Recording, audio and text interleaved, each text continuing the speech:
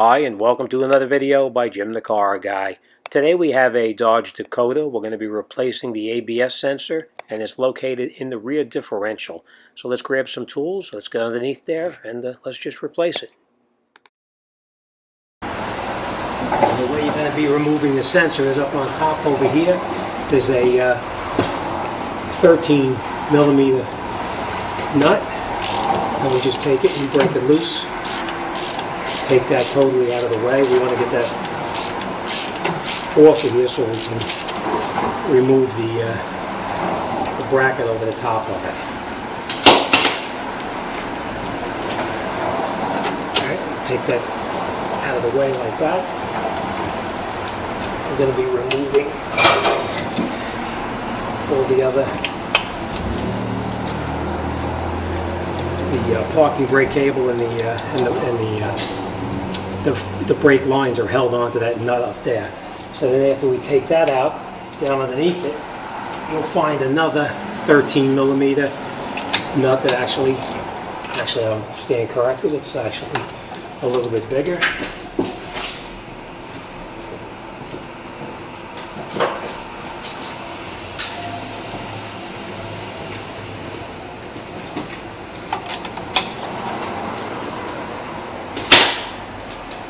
This one is a 14 millimeter.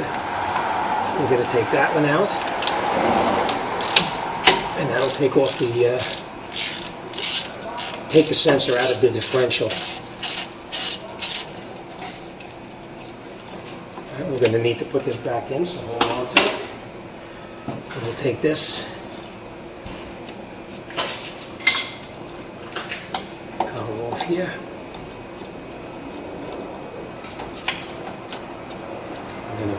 Replacing this. And this is pretty tight, so we're going to grab a pair of pliers and we're going to give it a little bit of a twist to try to get it to move out of there.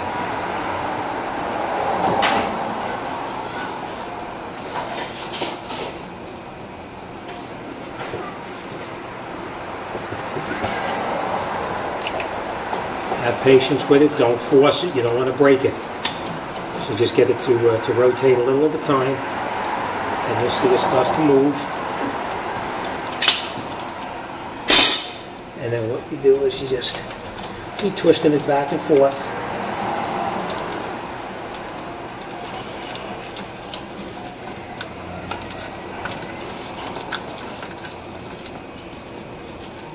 Yeah, twist it back and forth, and just have slight upward motion on it, or upper pressure, to try to get it to pull out of the rear.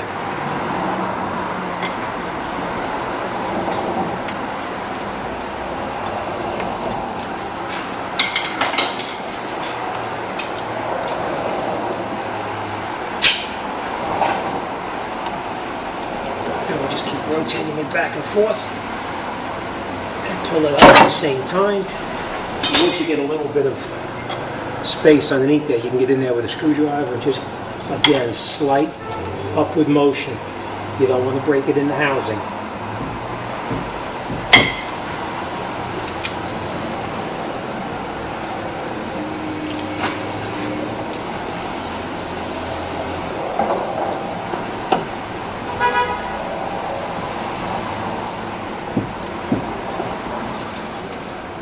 Take your time with it. Been in there for quite a few years.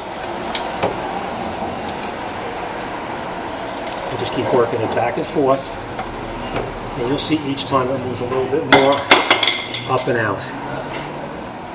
And here it is. That's the old sensor. So let's grab the new one, and we'll put the new one in there. Now we got the replacement. We're going to put the replacement inside there. But before you put it in, it's a good idea to put some grease on here so it slides in here without any kind of problems. It looks like this is a redesign. The actual, it has a plug on it, so there must have been a problem in the harness or something. And you just push this in here.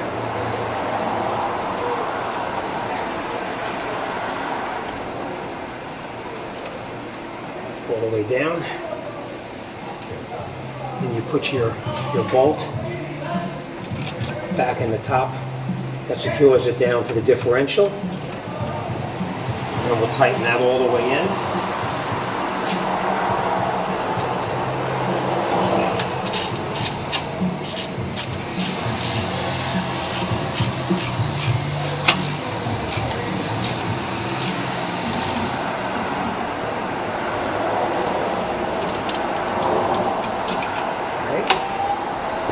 What you're going to do is you're going to put your brake line back over the top of it.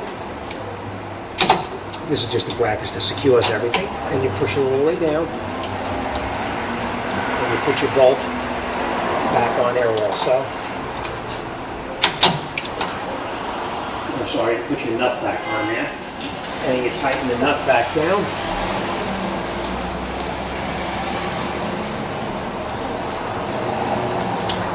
And we'll tighten that down all the way also.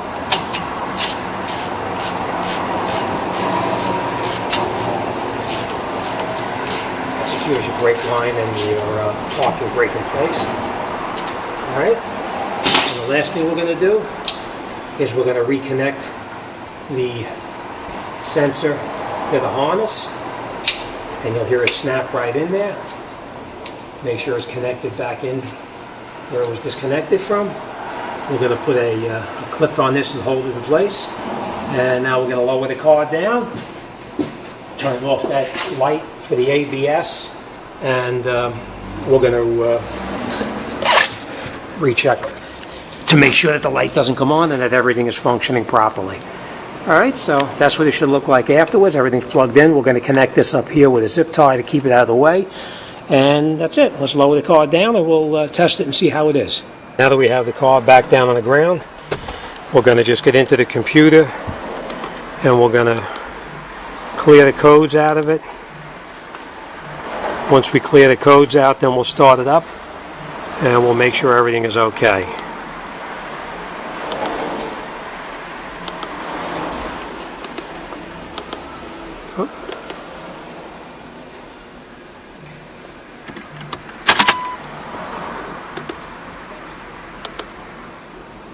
We're going to clear the codes, check and make sure the codes are all gone, no codes present, and we'll start it up.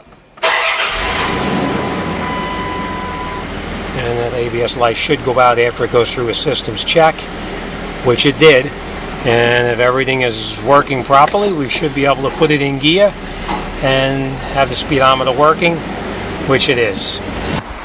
Obviously, I do have the truck up on the lift. The wheels are not on the ground, so as you can see, that's why we were spinning the rear wheels, but you really have to drive the truck to be able to tell for sure. All right, thanks for watching, and I'll see you guys on the next one.